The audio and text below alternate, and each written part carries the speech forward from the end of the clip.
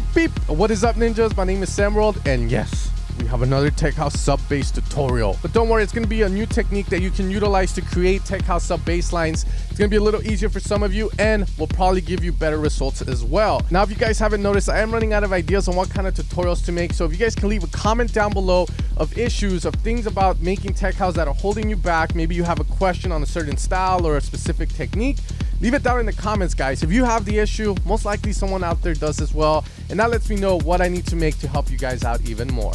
And as always, guys, if you want to support the channel, you can also head over to evilsounds.com. I am thinking about having a Labor Day sale coming up this weekend, so stay tuned for that. And with that being said, let's get straight into the video, guys. All right, guys, and welcome inside of Ableton. I do have a span here just so that you guys can understand what is actually going on and how you're going to be using this to make your best tech house bass line, living the best version of yourself. Okay, so what we're going to do is pretty simple. First off, arm phase and mono legato the bass to your liking. Once we have that, we're going to click the pencil tool here, which is going to take us into the wavetable editor of Serum. We're going to ignore all of the bottom portion, but we're going to focus on the top. This is going to be the FFT section, or we could call it the bin section. Now, ideally, we're going to be lowering all of these down so no sound is produced.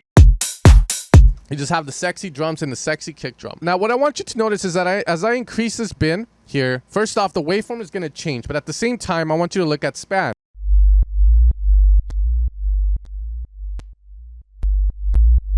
Okay, so the bin at the top is going to control the volume response of that bin or that harmonic frequency. Now, if you notice, there's some light gray options here in the bin, and that's just going to deal with octaves. Here is first octave, second octave, third, fourth, fifth, and sixth, of course.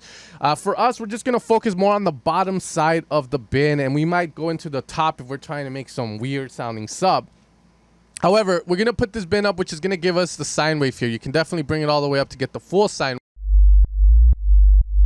Okay, now at the bottom, if you notice, as I move this up, I'm just messing with the phase of the sine wave. Phase is going to be the location of the sine wave, okay? So I'm going to leave it at 0, but you can also put it at 50% if you want the traditional sine wave we get in the basic shapes of Serum, which is going to give us that. However, 0 is... it sounds the same. Now, the idea here is that, as you guys know, when we reference tracks and we look at them, it's the frequency response of some of them. Some of them have a very nice rounded bottom end.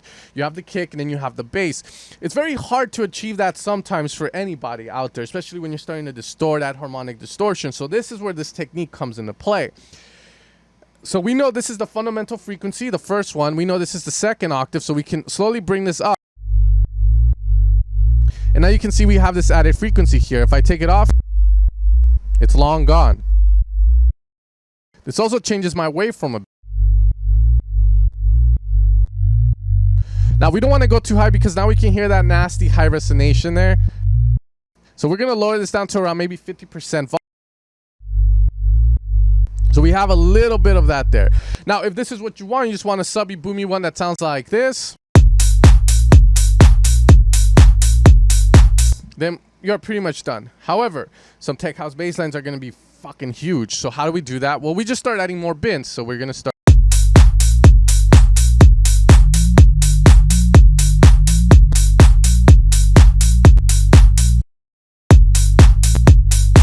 So there we added bin number 3, which is another added harmonic. This is not going to be the fundamental. Let's say I'm playing the G here. It's not going to hit another G. It's going to hit a note in between, probably +3, +7. Okay, now this next one is going to be one of the octaves. So if I'm hitting G, this is going to be a frequency in G as well. So if I lower this up, we get that, but obviously no tech house sub bass looks like that, because then it'd be like, what the fuck? So we're going to lower this down maybe.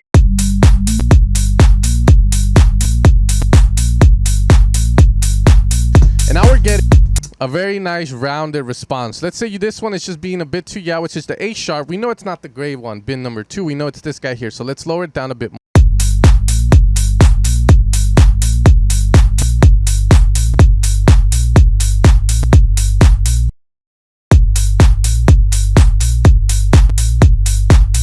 Okay, now we got that. Let's add.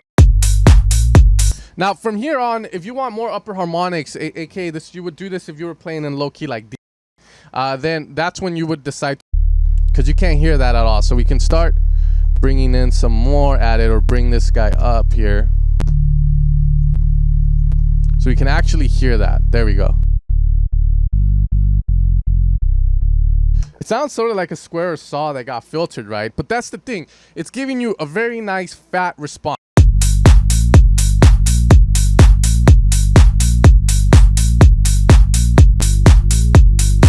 Now, if we compare this with a sine wave, it's boomy. If you like that, dope, but sometimes you just need. We can use a filter to control some of the frequencies that we have added.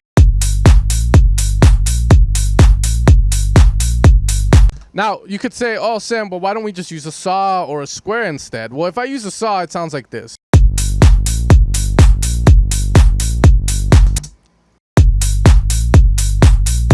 You can tell you the difference that it creates. Now you're like, okay, fuck you, Sam. How about a triangle? With the triangle, we don't really get that full response out of it, but we get more of the valley of death. Essentially, the triangle is just on its way to be turned into a square.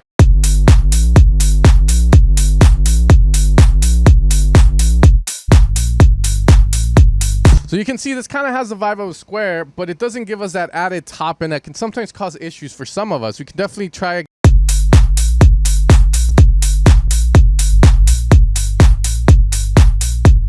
I just like the response of this a lot more, especially when you're trying to make a sub bass for a tech house track. This is going to give you that nice rounded sub bass that you have been dreaming of. So in essence, we're creating essentially a sine deformed Frankenstein wavetable to get the response that we want out of it. Here we have that. It's as simple as that, guys. And again, you can mess with this in any way or form that you want to create your sub bass. From there, of course, you're obviously going to distort it a bit more, maybe compress it and whatnot. But this should give you right on the right track to have the right sound that you can be like, I think this is it. I think this is my holy grail of sub basses for tech house. Yeah. So it's as simple as that, guys, utilizing the bins inside of Serum to do that. Another cool thing you could do is if you're just interested like how a saw or a square would look there, you can definitely just put in a saw and see the response you get by clicking on this guy here, and now you see a saw. You can also go with the square, which should be all the odd bins instead of the even ones added there, so you can see it's more odd bass, odd harmonics in a square. And again, it's fun to know this kind of stuff, be a little bit geeky about it, but it's not going to make you a better producer. What I wanted to show you guys was how you can use the bin to create a sub bass line that will actually work for your track. Everyone's going to be different on what kind of sub they're going to need. If you want a boomy one, you might just do the first two. If you want one with a little more balls, you might start doing here. And if you want to make some wubs, like some weird night bass wubs, which I know has nothing to do with this video, you can also start to mess around with the higher bins, because now you know what it's actually doing. The top is increasing volume at those sorting harmonics. The gray ones are going to be your octaves, and then at the bottom you're going to control the phase of each one. As always, guys, if you want to support my channel, head over to evilsounds.com. I do have the Serum, the ultimate tech house sound set for Serum, with some added samples in there for you guys to utilize. And with that being said, I'll see you guys next time. Take care, and you guys have a great Tuesday.